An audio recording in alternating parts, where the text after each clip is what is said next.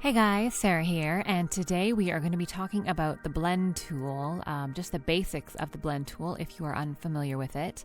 It is a very, very powerful tool, and I'm going to show you how to use it. So we're going to start off by making a simple square, just using the rectangle tool here and pressing Shift to get a beautiful square. And then I'm going to go over and use the ellipse tool to make a circle like that.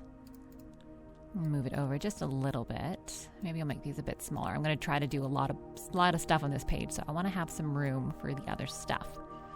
So to start, we are going to go to our blend tool, and we're just going to click on that. And if you click on your first shape and then click on your second shape, and it does that.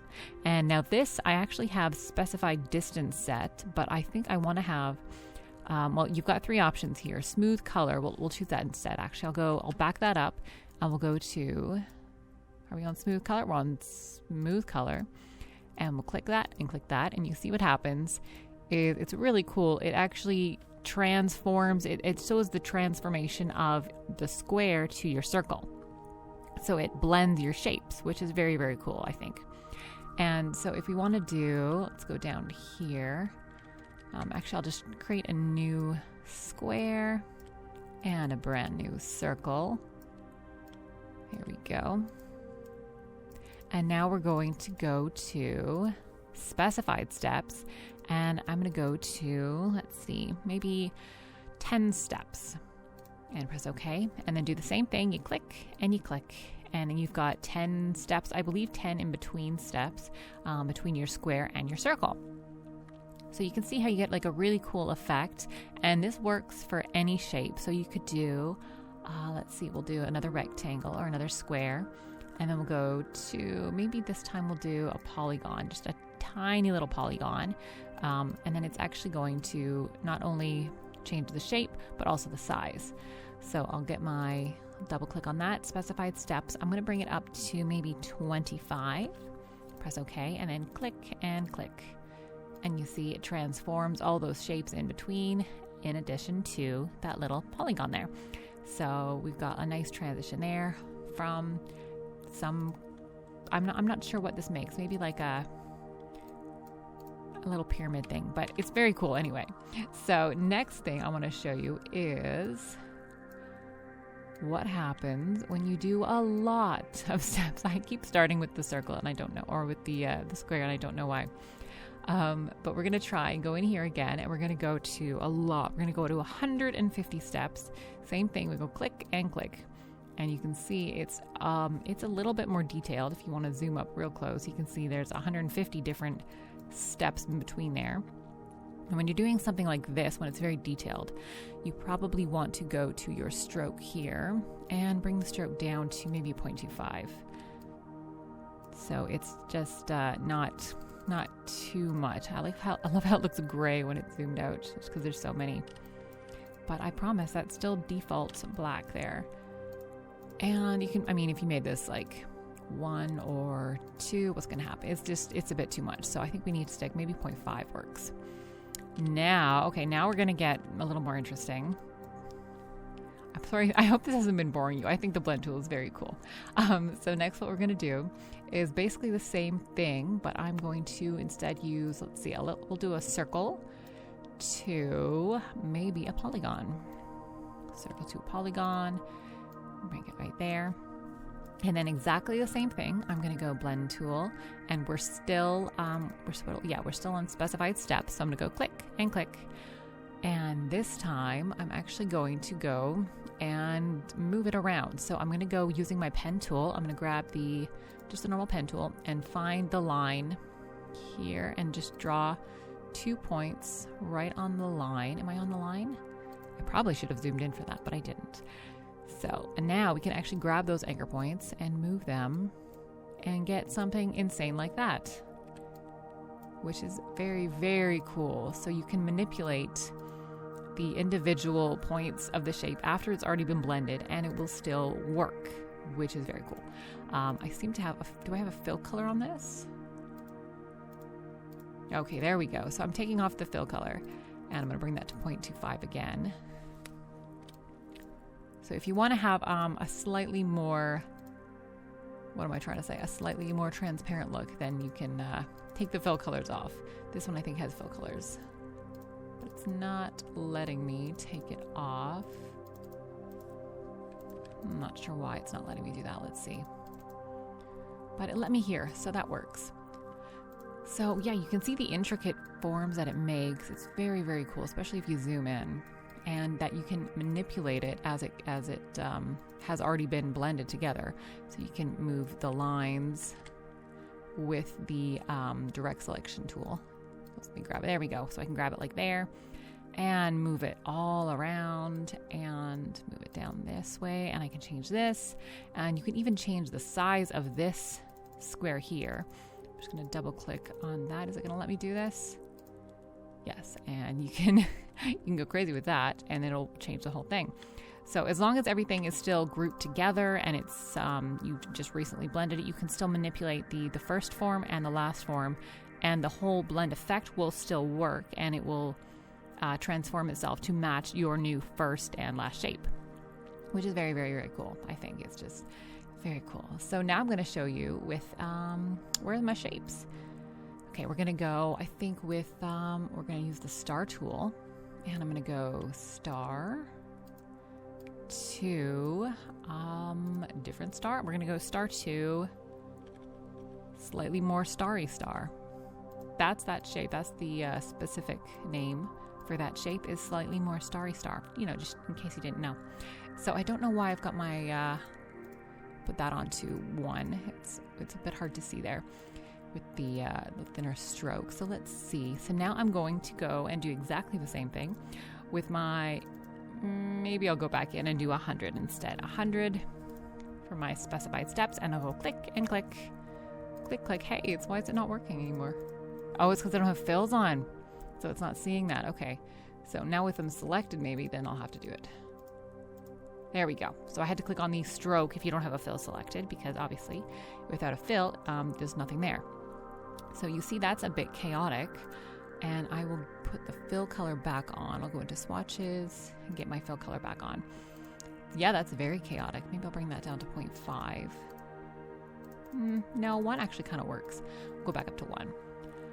And as you see, there's a lot of information in here. And we are going to do something fun. I like how it has like a little twist here. But if I go in and just double click on this main shape here, and rotate it, you'll see how the blend actually rotates with it. There we go. I like that one. So yeah, you can blend your shapes, or you can rotate your blended shapes to get this really cool kind of twisty look. And you can even go in, and if you want, we are going to bend it, but nicely. Not this this harsh bend. We're going to do a slightly different bend with a curve. So we can go have these 2 circles, and we'll go, I don't think we have, do we have fills on these? Yes, we do. Okay. So I will be able to just go blend, blend. And now I'm going to go back to the pen tool and create a midpoint in here, and using my direct selection tool, I'm going to click on that and move it out here. And now I have my curve point in here, so I can actually curve it. And we have a beautiful little curvy thing. I don't know what to call it, a slinky? Maybe we have a slinky now. We have a very odd slinky slinking down the stairs. Or like one of those door stoppers. That's what it looks like. It looks like one of those little wire door stoppers in the midst of going twang. That's what it looks like to me. All right. So that's the blend tool for shapes anyway. I mean, the blend tool is very cool. There's a lot you can do. You can also do letters if you want. It gets a bit crazier when you're working with letters, just because obviously you have certain forms. So we'll do the letter S, and I will bring up my character panel here, and with a slightly better typeface, we'll go Rockwell, because I like that one right now. So we've got our giant letter S. Well, it's tiny, so I'll move it over here. I've got S over here. I'll do H over here. Now that you can't see it, come back. Okay. And I will convert that to curves by Control-Shift. What am I pressing? Control-Shift-O. I'm pressing Control-Shift-O. It's muscle memory at this point. I don't even remember. And I'm going to make these enormous. go. Enormous letters. And I'm gonna, I guess I'll see how this goes. I'm actually gonna go select these and just press D. And pressing D brings you back to the default colors, which is a fill of white and a stroke of black. And we'll go blend. No promises here. This could get weird. Okay. So we have an S directly going into an H, which is very cool. We don't really see the S, obviously, because it's on the bottom, but it's still pretty cool. And you can go back in and you can do the same thing where you put your pen tool here, create a little anchor point, and move it around, which is cool actually because you get a little bit more detail from the S letter as well. Okay, so now we're getting weird. So that's another thing you can do with the blend tool. Very cool. Let's move this out of the way so I can show you the very last thing that I wanted to do, which is colors. Now this is what I've primarily been using the blend tool for pretty much forever. Before I ever did anything with shapes, I've pretty much been using it for colors. For example, if I am using, let's see, I am using, what color? A lovely magenta color. That's not even magenta. Okay, we'll go with a pink. I'm using a pink color in a design. And I'm using a blue color in a design. All right. So sometimes you might have the need to find a color that's in between that works really well with both of the colors. So for creating a color scheme, for example. So this is one of the big strengths of the color or the blend tool, is that if I go to, I'm just going to go to smooth color. And I'm going to click on the pink, click on the blue, and look at that. We have a beautiful gradient that goes directly from the pink to the blue. And somewhere in there, we have a color that is perfectly right in between both that pink and the blue color. So the best part is you can actually undo this, or not undo it, but you can click on that and go Object Expand, and then ungroup it all. So Control-Shift-G, or go up to Object and Ungroup, which I just did. And then you have all your little individual color boxes that are just all by themselves. So you can use those colors, make a really cool color scheme if you like. I'm going to move this away with you. Bring it up here. So you can see how very, very powerful that tool is. The blend tool specifically, and you can do all of this all at the same time. For example, we can create this lovely purple circle, and we can create this this lovely star. We're going to make this star pink, and we're going to bring it down here. Maybe I'll make it the same size. There we go. So, and I'm going to go back into here and double click on that and go specified steps. 100, maybe 50, 100 is a lot. It's a lot of steps. And then I'm going to go click and click. And you see the same thing happens. It transforms from our purple circle to our pink star. It might not look as cool as these, but we can apply a stroke to the entire thing. And there we go. So now we have a very, very cool sort of transformation shapey thing. And then you can go back in and select a little point here and move it. Wait, I missed it, didn't I? You got to get it right on that line, otherwise it's not going to work. Right on that. There we go. And then manipulate the line. There we go. And do whatever you want with that line. You can create some very cool stuff like this, and then, or you can bend it like that too. So yeah, that is some very powerful stuff you can do with the blend tool. So yeah, that is pretty much it. And you can play around with this tool as much as you like. I'm actually just going to do one more tiny thing. I'm just going to edit my artboard to make a little bit more room here, because I really did not give myself enough room. Let's make that bigger. And I'm going to keep stroke up here because I think I'll probably need it. I want to do something with a colored background. So I'm just going to grab my rectangle tool here and bring it down here. And let's get a lovely background color. Blue, purpley, that works. And make sure that's in the back.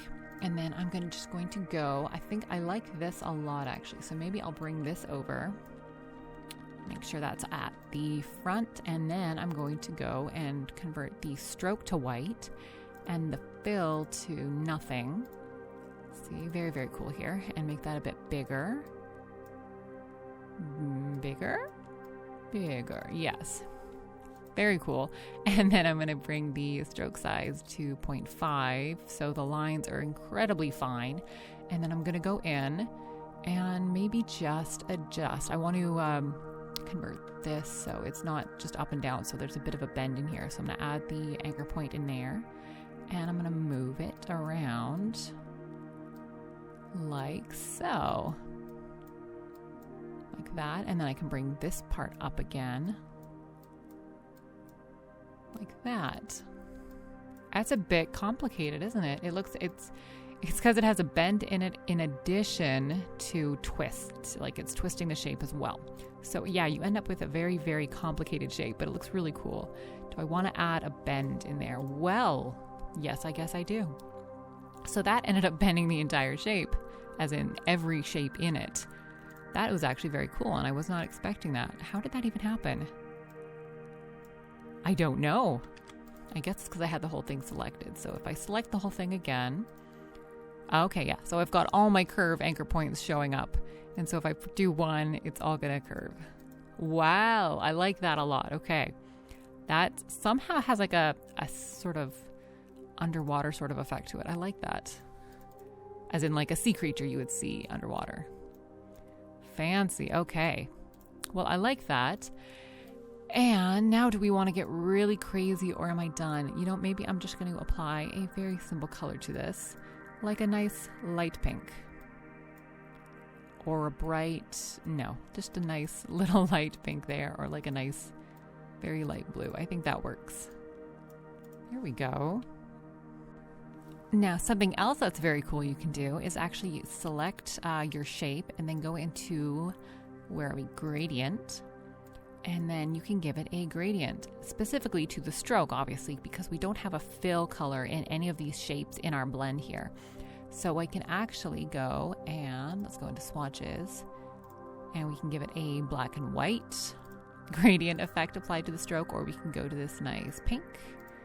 Ooh, or we can do a blue.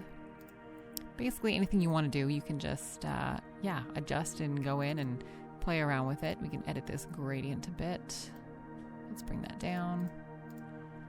Is it going to let me edit it? Maybe not. But when you make a gradient, I think you can maybe just apply it here rather than being able to edit within.